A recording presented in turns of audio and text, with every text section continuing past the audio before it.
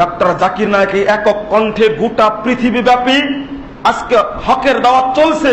আগামী জানুয়ারি থেকে চালু হবে আরবি ভাষায়। ডাক্তার জাকির নায়েক এবার আরবি ভাষায় কথা বলবেন। আগে ইনশাল্লাহ জানতে পারবেন আপনারা, চলছে সব জায়গাতে। আর ওই লোকটিকে আজকে কণ্ঠ রুদ্ধ করার জন্য চেষ্টা চালাচ্ছে ওই ইন্ডিয়ার শ্রী শ্রী রবিশঙ্কর।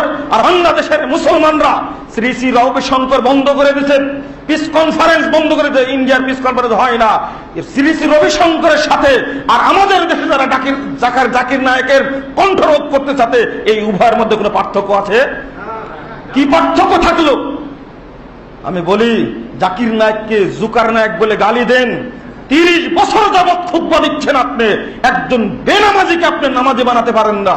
আর জাকির নায়েকের নিজ চোখে দেখা, গত এপ্রিলে 19 তারিখে দুবাই কনফারেন্সে উপস্থিত থেকে দেখলাম মাত্র 3 মিনিটে, 4 মিনিটে, 5 মিনিটে একজন ইহুদি ইসলাম গ্রহণ করছে, একজন হিন্দু ইসলাম গ্রহণ করছে। এক বিস্ময়কর প্রতিভা হবে ডাক্তার জাকির নায়েক। জাকির নায়েকের 3 মিনিটে একজন ব্যক্তি বিধর্মী থেকে ইসলাম গ্রহণ করে, আর 30 বছর বক্তব্য দিয়ে একটা বেনামাজি নামাজ শেখে না। আর তাদের মুখে সাজে এটা জাকির নায়েকের বিরুদ্ধে কথা বলা।